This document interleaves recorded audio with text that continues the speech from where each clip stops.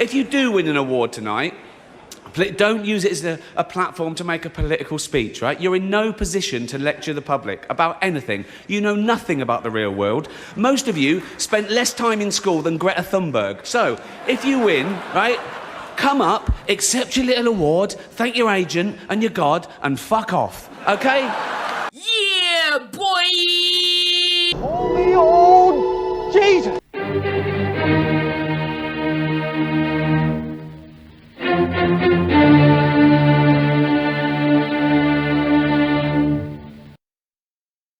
Well, hello kitties. It's your friendly neighborhood watchman, hoping that everyone that celebrates Thanksgiving had a very enjoyable one.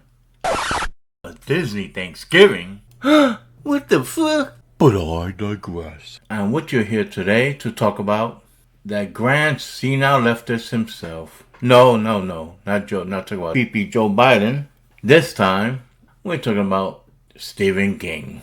So this article is from Bleeding Fool, with the byline being Karina Smith, with the heading Stephen King beclowns himself white knighting for the Marvels. Oh man, he looks like a nut. So without further delay, let us jump into this, shall we? Disney's The Marvels bucked expectations and underperformed, what a shock, at the box office on its opening weekend. The film's setback has been interpreted as a reflection of the several issues that Marvel Studios has encountered in recent months. Recent months? More like years, thank you very much. Not the least of which is their emphasis on diversity and inclusion, rather than delighting the primary audience for superhero movies, also known as guys. Well, one guy who disagrees, even though he admits he doesn't go to the MCU movies himself, is horror writer Stephen King. On Twitter, King wrote a message against those he claims are enjoying the problems that Marvel Studios is facing, while simultaneously admitting he doesn't support the franchise led by Kevin Feige either. He was properly rebuked in the replies.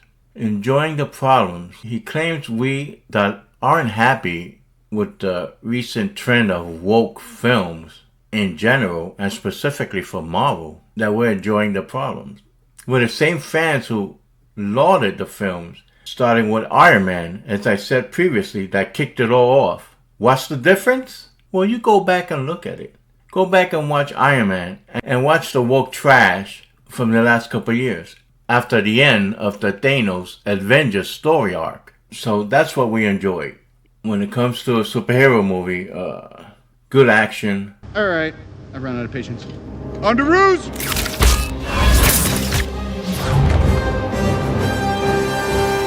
Nice job, kid. Good story, true to the characters, bereft of all this woke crap that's so prevalent nowadays. It's really not that hard to understand, at least with anyone with some iota of common sense. But I digress. So, Stephen King's tweet here. Some of the rejection of the Marvels may be adolescent fanboy hate. You know, yuck girls. Yeah, okay. That umbrella guy replied, since you don't go to MCU movies and don't care for them, that means you rejected the Marvels, right? Does that mean you hate women? Yeah, touche. I mean, talk about hypocrisy. The guy doesn't even watch the movies. But he comes in thinking he's the cavalry, charging in. Another tweet, this one from Nerdrotic, in which he says, did you watch the Marvels? Someone else replied, again, Barbie made over $1 billion. Barbie isn't in the MCU, okay? So that's here near or there, so see ya. So back with the same tweet from Stephen King. And someone else replied, Lorena. So Lorena replied, the movie was mediocre.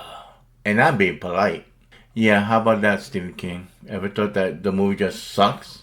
Another tweet rebuking the senile author from poor Zaipula, or the Marvels movie just sucks. because Disney focused on diversity instead of quality, just like the Biden administration. Another reply to Stephen King is from Joshua, the Bowtie Boston. Or maybe, just maybe, people are sick and tired of bad movies on a consistent basis from Marvel. Kind of like your books. Ooh. Body blow. And a final tweet on this article is from Nate or Mr. H Reviews, replying to Stephen King. It was majority men that watched the film. You raging hack moron.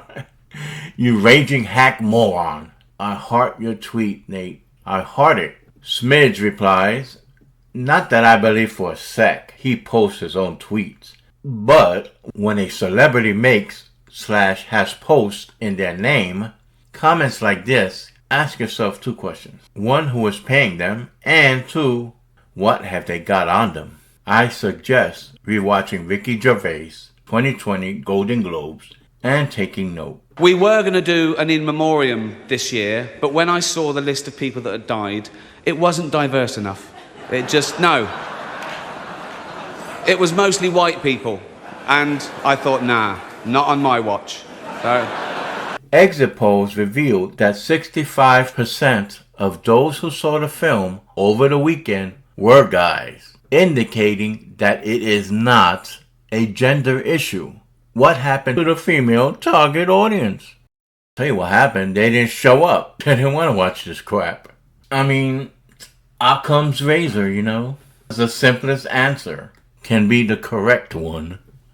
In recent years, the MCU, and by extension Disney, has been less concerned in pleasing fans and more concerned with diversity mandates and gender politics.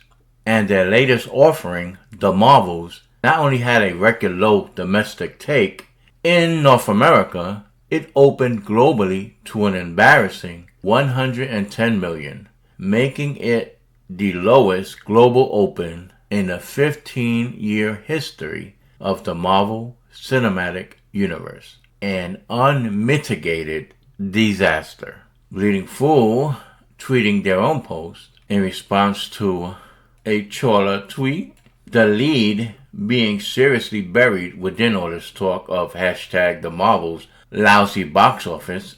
It's the biggest opening weekend ever for a black, I say again, black female. That's a pretty solid win, if you ask me. And no one did. Bleeding Fool counters, you could also say that hashtag the Marvels is the most massive box office failure of all time for a black female director. Can't take the heat, don't tweet in the kitchen. So then, why would anyone begin to take Stephen King's blame game comments seriously? John Noty knows precisely why when he asks, who will Disney and its sycophants in the entertainment media blame this breathtaking, historic box office bomb on? The media would never blame the quality of the movie or the divisive politics employed by the studios and filmmakers that alienate, insult, and crap all over the very fans that made these franchises golden geese to begin with. See also Star Wars, Indiana Jones, Birds of Prey, Wonder Woman, Charlie's Angels, Men in Black, Space Jam, Ghostbusters, Terminator, and Pixar, because these people are morons. Apple roared into the TV game with a morning show, a superb drama, a superb drama about the importance of dignity and doing the right thing, made by a company that runs sweatshops in China. So, well, you say you're woke, but the companies you work for, I mean, unbelievable. Apple, Amazon, Disney. If ISIS started a streaming service, you'd call your agent, wouldn't you? So, telling the truth about the movie's lack of quality would cost the entertainment media advertisers. To blame the divisive politics would not only lose advertisers, but be an admission that the entertainment media's own sacred political and social beliefs are box office poison. The bottom line is that audiences were not only uninterested in the sequel, they knew what it was about. They're tired of Disney because they are on to their diversity, equity, inclusion grift. And it appears to also be a very bad movie. Stephen King should be ashamed of himself. But, as he has proven over and over again, he has no shame. This is true. Thank you, Karina. And we have a couple of comments we can go over.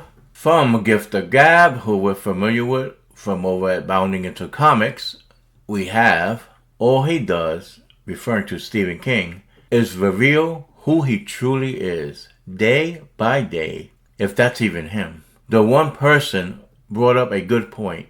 He may not even be posting that stuff himself.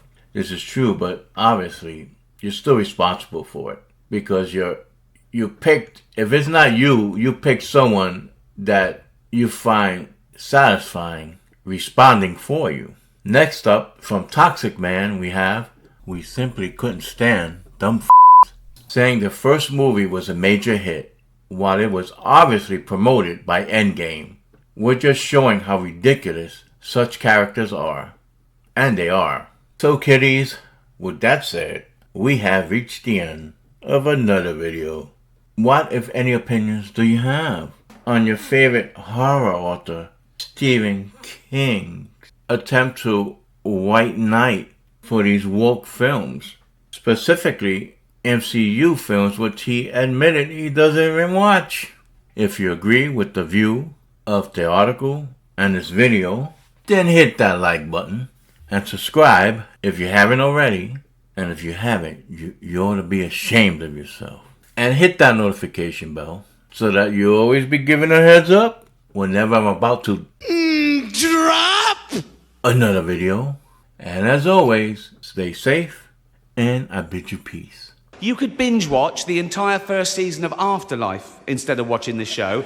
That's a show about a man who wants to kill himself because his wife dies of cancer. And it's still more fun than this, okay? Spoiler alert, season 2 is on the way, so in the end, he obviously didn't kill himself. Just like Jeffrey Epstein. Shut up. I know he's your friend, but I don't care.